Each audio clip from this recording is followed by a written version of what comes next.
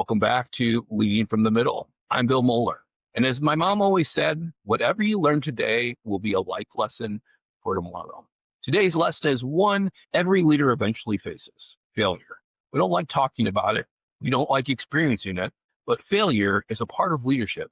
And the sooner we learn how to handle it, the stronger and healthier our leadership becomes. One of the clearest examples of leadership failure and restoration is Peter. Peter wasn't weak. He wasn't passive. He wasn't unsure.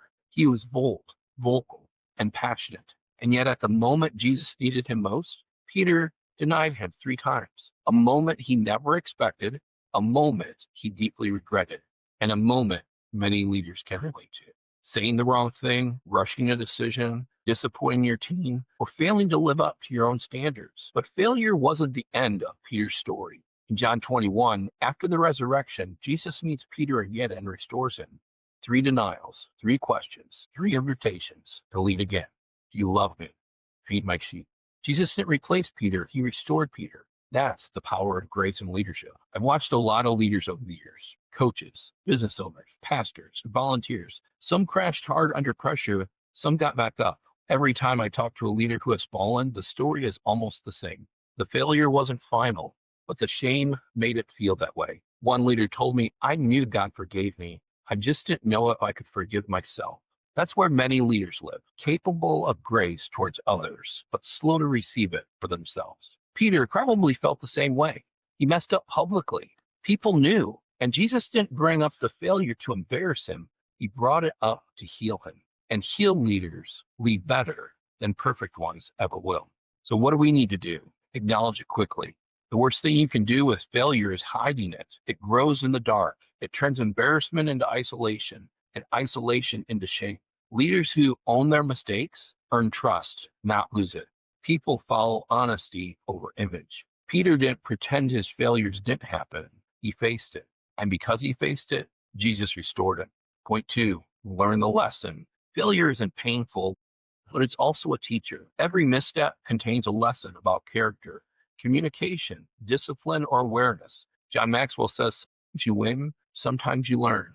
But the only leaders who learn are the ones who slow down long enough to reflect. Ask yourself, what contributed to this failure? What will I change going forward? Who can help me grow from this? Leaders don't grow from success alone. They grow from reflection, correction, and honest evaluation. Point 3, accept grace. Don't earn it. Leaders often try to work their way out of failure by doing more, proving themselves, or hiding wounds. But grace can't be earned. It has to be received. Peter didn't work for restoration. Jesus initiated it. Jesus started the conversation. Jesus invited him back into leadership. You can't lead well if you carry shame. Grace removes shame so confidence can grow again. Point 4, use your experience to lift others. Your failure becomes powerful when you use it to help someone else. Leaders who have walked through hard moments lead with empathy, patience, and perspective.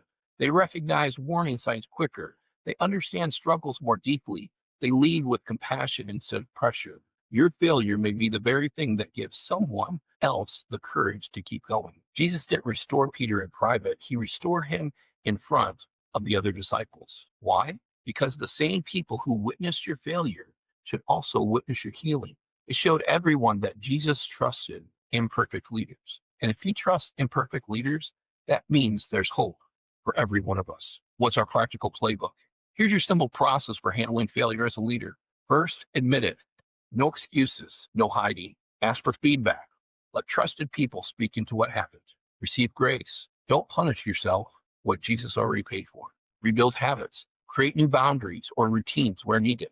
Move forward. Don't stay stuck in what God has already forgiven. So this week, identify one recent area where you felt like you failed as a leader, parent, spouse, or follower of Christ. Bring it to God in prayer and release it. Then write one simple change you'll make moving forward. Remember, failure isn't the end of your leadership. Often, it's the beginning of a deeper, more authentic one. Thanks for listening to Leading from the Middle. Never forget, God restores leaders, not replaces them. Lead steady, live rugged, and keep learning through every season.